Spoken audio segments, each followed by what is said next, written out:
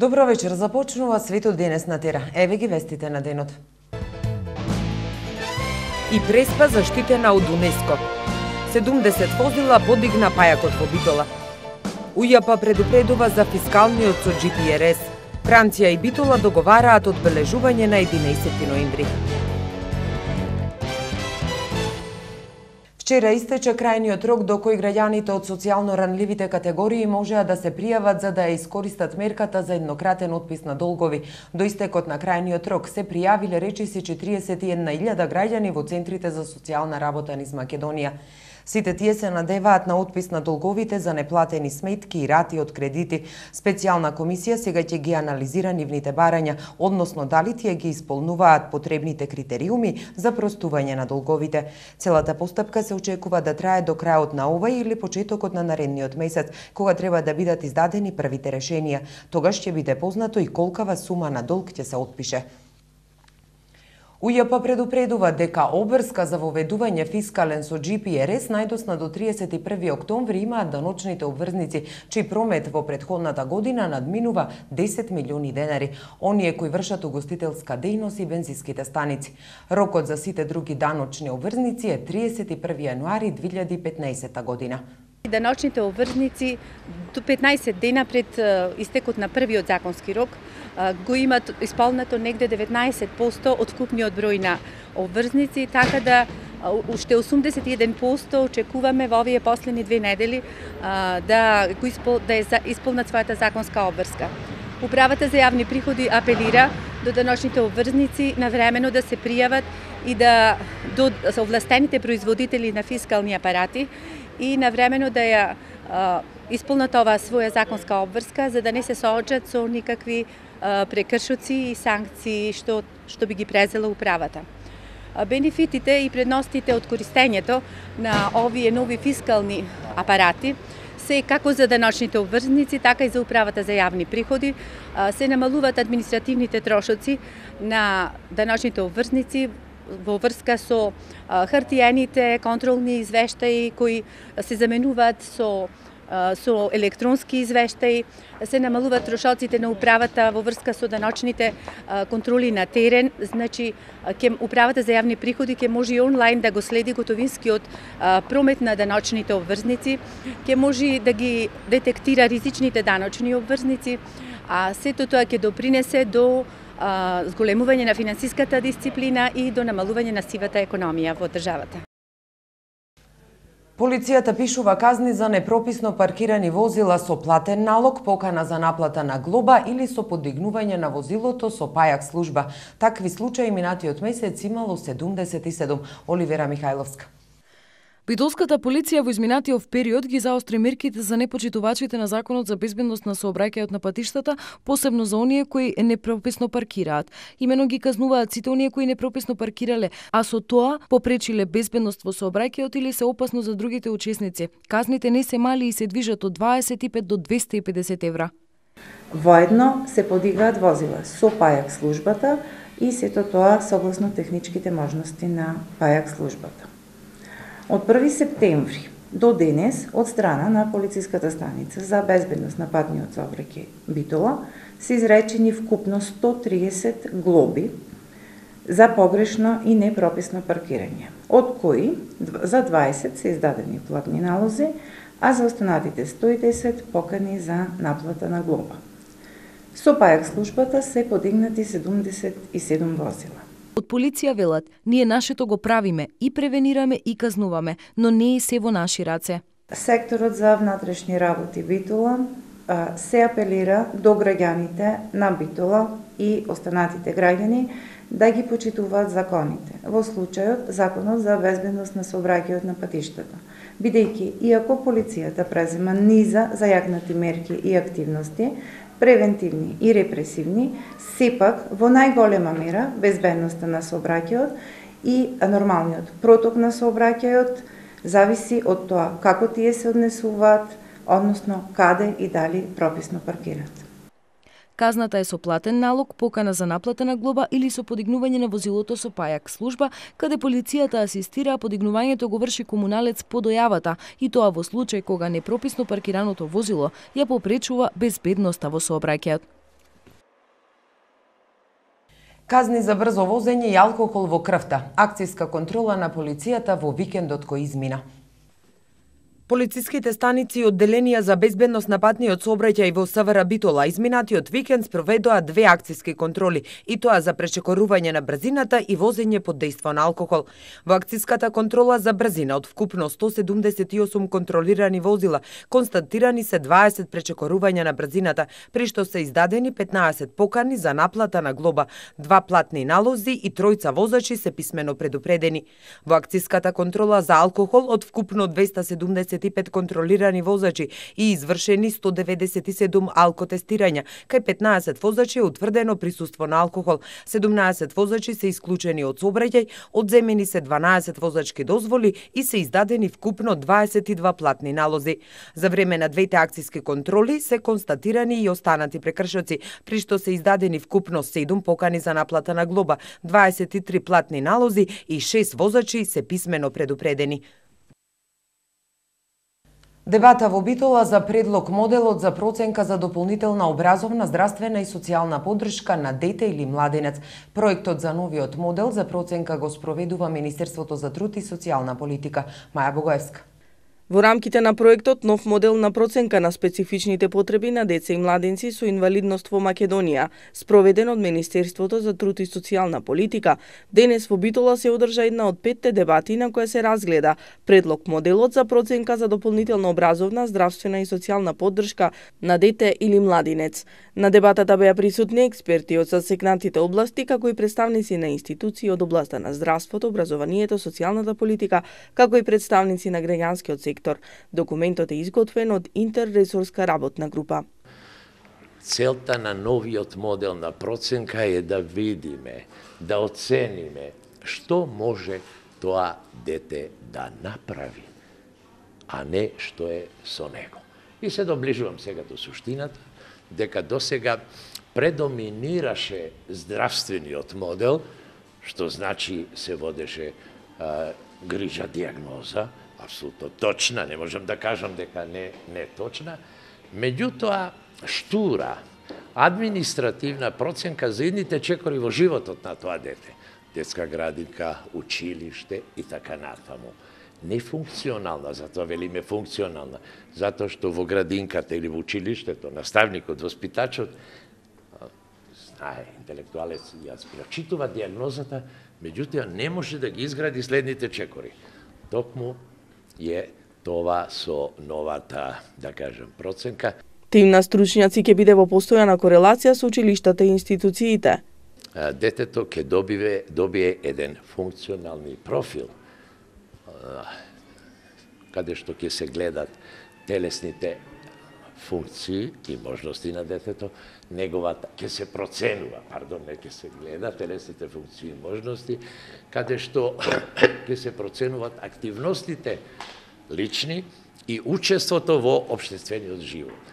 И тоа ќе се линкува нормално со диагноза и конечно ќе правиме еден исчекор во иднина. Тој дополнува. Со таа проценка функционирањето на детето или на лицето е една динамична интеракција меѓу здравствената состојба и фактори во средината и личните фактори. Тоа е најбитно во целото делување и конечно во оваа проценка ќе се користи психосоцијален аспект за разбирање на попреченоста, интегрирајќи ги и медицинските и социјалните моменти. Проектот е со организацијска и логистичка поддршка од Сдруженијето Отворете ги прозорците, а е финансиран од УНИЦЕФ. Адвокатот Панчевски поднесе кривични пријави против 5 судии, адвокат, извршител и стечајниот управник на ТАТ. ТАТ во стечај не постои од 2008 година. Тоа е потврдено и во Централниот регистар. Тоа значи дека сите должничко-доверителски односи се веќе регистрирани и затворени. Затоа е нејасно на која основа оваа група сега се обидува да им одземат имот на моите клиенти за да ги наплатат наводно побарувањата на ТАТ од моите клиенти, вели Панчевски. Тој вели дека и вчерашното обештетување на штедачите со продажбата на златото на собственичката на ТАТ Сонја Николовска е нелогично, ако се знае дека стечајот во штедилницата и менувачницата ТАТ завршил во 2008 година. Еве што ќе гледате во продолжение. Повик за студирање во Франција. И за други теми по кусата пауза, останете со нас.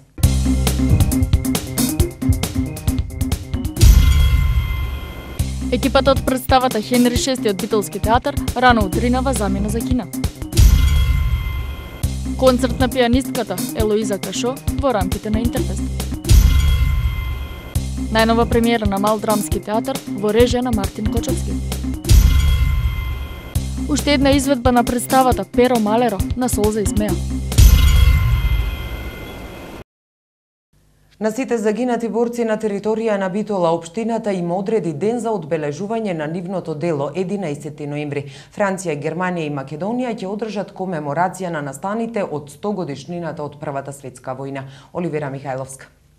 Иако секогаш со задоволство доаѓа во Битола, овој пат задоволството и темите на разговор со првиот човек на градот ги свеле на една тема – комеморацијата за настаните од 100 годишнината од Првата светска војна. Имено токму за овој настан во јуни годинава во Долна Нормандија се случило сеќавање на сите 62 земји учеснички во војната, каде преку филмови дискусии се присетувале на овој трагичен настан. Амбасадорката на Франција во земјава најави разубавување на француските гробишта во Битола. Така дана едно од моите посети кажав и ќе кажам дека француските воени гробишта овде се место кое што сакаме да ги направиме најубави и постепено ги разубавуваме за нашите настани кои што престојат на 11 ноември оваа година и ќе ви кажам дека имаме една идеја за еден конкретен проект, односно за една нова содржина на француските воени гробишта за која што работиме на нејзина реализација и на таа тема разговаравме веќе со градоначалникот на Битола, за кој што навистина се надеваме дека наскоро ќе заживе и ќе понуди нови содржини не само на француските туристи, туку и на сите жители на градот Битола. Градоначалникот истакна дека соработката на сите полиња со Франција се на завидно ниво и 11 ноември е ден посветен за одавање почит на сите загинати на овие простори за време на војната, а воедно и ден за помирување меѓу двете сили Франција и Германија. Значи на 11 ноември тоа ќе биде веќе еден значаен настан, значи тоа е еден голем, еве би рекол јубилеј, затоа што се навршуваат 100 години од почетокот на Првата светска војна и ќе трае повеќе сезони, ќе трае со повеќе програми кои што ќе ги иницираат и Република Франција, сигурен сум дека и Германија истото ќе го направи, а ние стоиме на располагање за поддршка на сите иницијативи, бидејќи овде, во овој град, покрај војниците на двете страни, значи има многу цивилно население кое што настрадало. Најавија голем број на гости, а денеска средбата се фокусирала на подготовка, дополнувања и измени на програмата за манифестацијата. Француската амбасадорка денес се сретна со битолските студенти. Таа рече дека се надева дека мобилноста ќе се зголеми и дека поголем број студенти ќе имаат пристап до француските универзитети. Маја Богоевска. Француската амбасадорка во Македонија денес на правниот факултет во Битола се сретна со битолските студенти со цел да им ги презентира можностите од европските програми за студирање во Франција. Претходно коментираше за извештајот на Европската комисија за Македонија. И Франција во овој момент го подготвува својот став, кој што покасно ќе го каже јавно. И сакам да кажам дека станува збор за извештај кој не се однесува само на Република Македонија, туку на сите земји од Западен Балкан и навистина сега се наоѓаме во политичка фаза на анализа на извештајот и во подготовка нели на ставот кој што ќе биде донесен на Европскиот совет кој што се одржува во месец декември и морам да кажам дека извештајот воопшто не е лесен затоа што се случува во момент кога навистина политичкиот диалог мора да продолжи и ќе кажам дека извештајот беше нели сепак составен од нов совет и нова комисија кој што го подготвува извештајот за цела една наредна 5-годишна етапа. Според неа, Битола е вистински француски град во Македонија. Токму затоа на студентите во Битола им ги промовираше студиите во Франција, како и мобилноста. Соработката на Македонија и Франција е постојана и се остварува преку разни проекти. Навистина има голем број проекти кои што им се нудат на младите, посебно за студирање во Франција, затоа што од историска гледна точка имало голем број на студенти кои што во минатиот век студирале во Франција, но исто така сакаме и ова во пуново време што поголем број на студенти да студираат во Франција, затоа што познавањето на францускиот јазик или непознавањето повеќе не представува пречка, студирањето во Франција не чини скапо и на вистина преку програмата Erasmus Plus се нудат на вистина поволности за да имаме што поголем број на македонски студенти во француските универзитети. Се доделуваат исто така и француски стипендии, се разбира бројот на стипендиите е многу мал, меѓутоа има стипендии за самиот наставен кадар, стипендија за истражувачите и така натаму. И на вистина ќе кажам дека дојдена сум на универзитетот да објаснам и сите поволности кои што ги нуди Erasmus Plus во кој што Македонија членува од месец мај. Би сакал да го истакнам моето задоволство како декан на правниот факултет, во име на правниот факултет, што денеска имаме еден редок гостин, како што е нејзината екселенција Лоренс ОР, амбасадор на Република Франција во Република Македонија. Соработката со Франција секако ни е значајна на академско ниво и се надевам дека низиното предавање ќе потикне нови размислувања врзани за нашиот факултет за студентите и секако понатамошна соработка која логично е во доменот на академските проучувања и студии. Француската амбасадорка рече дека се надева дека мобилноста ќе се зголеми и дека поголем број студенти ќе имаат пристап до француските универзитети. Општина Могила постепено ги решава комуналните проблеми. Проблемот со водата за пиење за 2 месеци ќе се реши во Беранци, Српци, Ивањевци и Трновци, вели градоначалникот Пивковски. Асфалтирани улици, чиста вода за пиење ќе добијат некои населени места во општина Могила. До 15 октомври градоначалникот планира да ги заврши инфраструктурните зафати во Ивањевци, Ношпал, Мусинци и Трап. И она што го бараат нормално, велам секогаш зошто граѓаните не бараат премногу, бараат значи асфалтирана улица, пристапен пат до самата населена, до самата куќа и чиста вода за пиење. И во село Вашереца имаме преку Бирото за регионален развој, исто таму имаме добиено некаде околу 250 метра улици и мислам дека во овие неколку дена ќе ги завршиме тие инфраструктурни зафати и понатаму ни преостанува значи уште она што не остана недодоправено, уште малку некои пристапни патеки до самите училишта, оние мали подрачни училишта по неколку населени места и мислам дека тој рок ќе го запазиме за завршување на тие активности. Проблемот со водоснабдувањето бил половично решен, вели градоначалникот и додава дека жителите на Добрушево и Мусинци користеле вода од градскиот водовод. Проблем имале мештаните од селата Беранци, Српци, Ивањевци и Трновци, бидејќи пиеле вода од артерски бунари. Што знаеме, бунарите во каква состојба се наоѓаат, значи кога има обилни дождови, значи таму доаѓа до промена на квалитетот на водата и имаме проблеми, значи за да ги избегнеме тие проблеми, значи побаравме значи поддршка од Министерството за животна средина и една пофалница до Министерството за животна средина, добивме значи средства да направиме проектна документација која што ќе кошта околу 600.000 денари и мислам дека објавен тендерот, јавната набавка за проектна документација. Градоначалникот со најава дека за 2 месеци ќе ја добијат потребната документација и жителите на овие 4 села ќе добиеле чиста вода за пиење од градскиот водовод. Во албанскиот град Корча беше извршена официјална инаугурација на прекуграничниот биосферен резерват Охрид Преспа. Со тоа регионот на Охрид и Преспа и дефинитивно е на листата на светски со закон заштитени подрачја. Биосферниот резерват Охрид Преспа ќе овозможи подобро да се воспостават врски на соработка и комуникација помеѓу двете држави и општините во регионот. Охрид Преспа е 14 прекуграничен биосферен резерват во светски рамки, а прво регионот. Имплементацијата на овој проект започна уште во октомври 2012 година. Потоа беше изработена номинациона форма која беше предадена во УНЕСКО во јуни 2013 година. И након на свеченоста, министерот за животна средина на Македонија Нурхан Изаири се обрати само на албански јазик. Земјоделскиот комбинат Пелагонија од вчера до крајот на месецот ќе врши тестирање со поставување на мамци против глодари на своите површини кои гравитираат во општините Битола, Новац и Могила. Заради тоа се известуваат сопствениците на секаква стока во овој период да не ја пуштаат на испаша. А еве што донесува светот.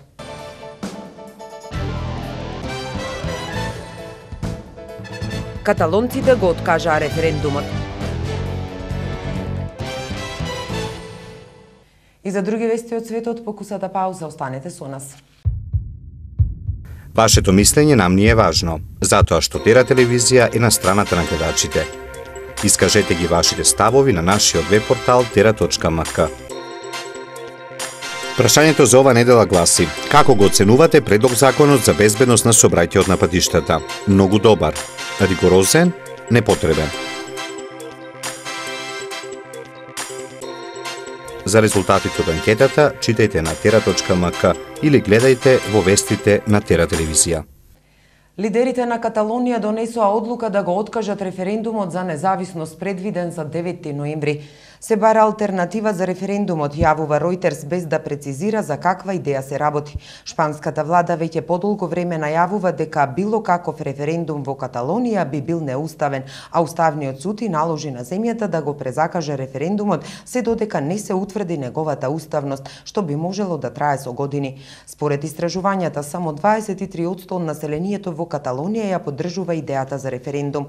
Шпанскиот премиер Маријано Рахој вчера потенцираше дека каталонците делат длабоки корени со останатите жители на Јапонија и дека шпанската влада е подготвена на разумни преговори. Вработен во Обединетите нации кој бил заразен со ебола почина денеска во Германија. Тој беше третиот пациент од ебола кој се лекува во Германија. Епидемијата на ебола му се заканува на голиот опстанок на цели општества и може да уништи цели држави, предупреди Светската здравствена заштита во драматично соопштение кое го пренесува BBC. Епидемијата која во Западна Африка уби 4000 луѓе доведе до криза што ќе ги загрози светскиот мир и безбедност, рече шефицата на СЗО Маргарет Чен. Таа предупреди и на цената од паниката, која се шири побрзо од самиот вирус. Турски воени авиони нападнале цели на курдските борци во југоисточна Турција на 12 октомври. Ова е прва значајна воздушна операција против бунтовниците од почетокот на мировниот процес пред 2 години, пишува денеска весникот Хуријат. Од турската армија преку изјава велат само дека вооружените сили одговориле на најстрог начин на гранатирањата од страна на курдските бунтовници. Курдите во Турција изминатата недела протестираа во неколку градови поради неучеството на Турција во акциите против милитарите на Исламската држава, кои го држат под опсада градот Кобани на сириско-турската граница. Битките во Кобани принудија илјадници курди да пребегаат во Турција. Исламската држава во својот пропаганден магазин Дабик објави директна закана до срцето на христијанството, Ватикан. Во пропагандниот магазин се повикуваат сите муслимани да ги нападнат и убијат сите христијани што ќе ги сретнат. Се додава и дека е оправдано киднапирањето жени невернички кои би се користеле како сексуални робинки.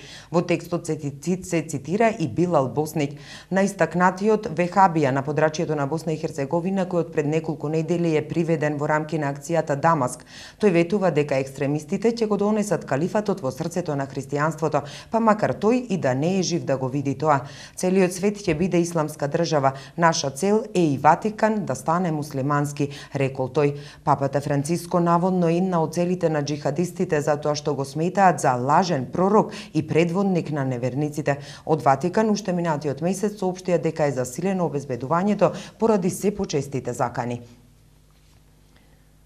Палестински демонстранти денеска се судрија со израелската полиција на чувствителното свето место во Ерусалим, при што тројца полицајци се полесно повредени, изјави портпаролката на полицијата Луба Самри.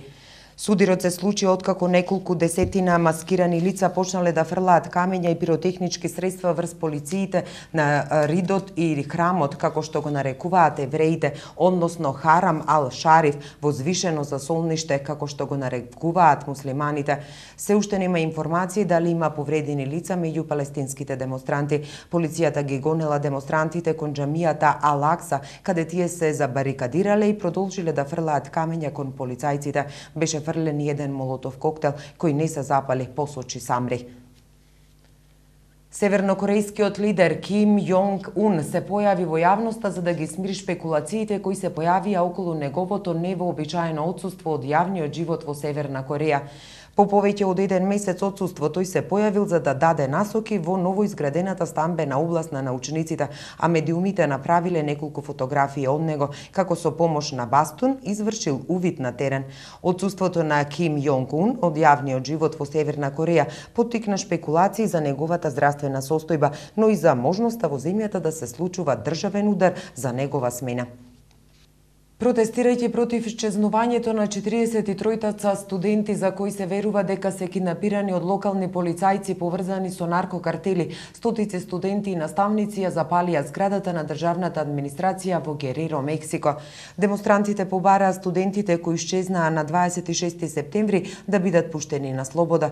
Постојат стравувања дека во некои од 10 новооткриени масовни гробници може да се телата на дел од нив. Протестите следуваат откако пред 2 недели полицијата во градот Игуала отвори оган врз студентите, при што загинаа најмалку 6 млади луѓе. Сведоци тврдат дека полицијата тогаш однела во непознат правец десетици студенти кои оттогаш не се видени.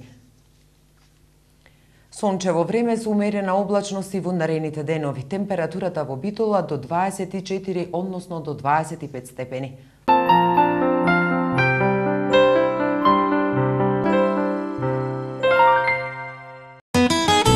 Какво ќе биде времето утре во Европа?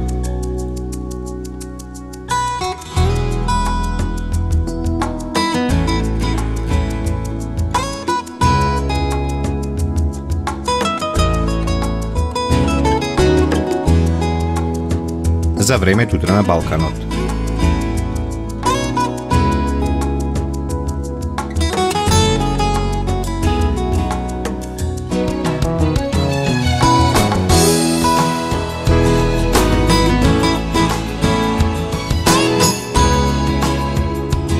Какво ќе биде времето утре во Македонија?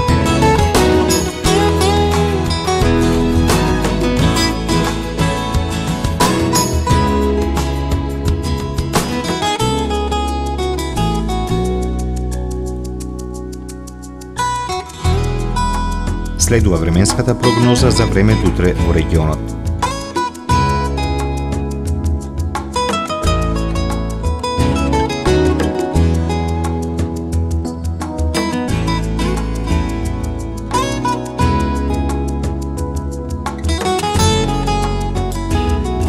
Какво ќе биде времето утре во Битола?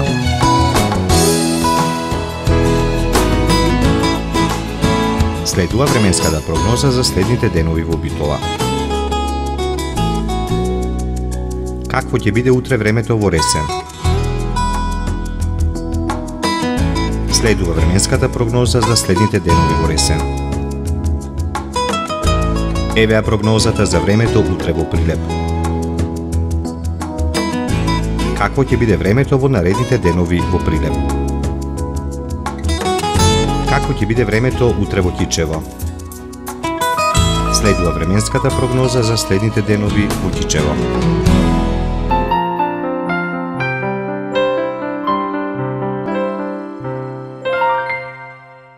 Кога светски политичар доаѓа во некој град, тогаш има пишани и непишани правила, а како непишаното изгледа напишано. Белграѓани што живеат во зградите покрај автопатот добиле забрана да излегуваат на своите тераси на денот кога во градот ќе пристигне рускиот претседател Владимир Путин. На социјалните мрежи се појави фотографија со соопштение што станарите наводно го добиле од белградската полиција, а во кое се вели дека од безбедносни причини на денот кога ќе дојде Путин, нивните прозорци и тераси мора да бидат затворени и со спуштени ролетни. Никој не смее да излегува и да ѕирка, ниту да пружа долна облека на терасата што рускиот претседател би можел да ја здогледа. Тука е крајот на светот денес. Ви благодариме за вниманието. Останете понатаму со Тера телевизија.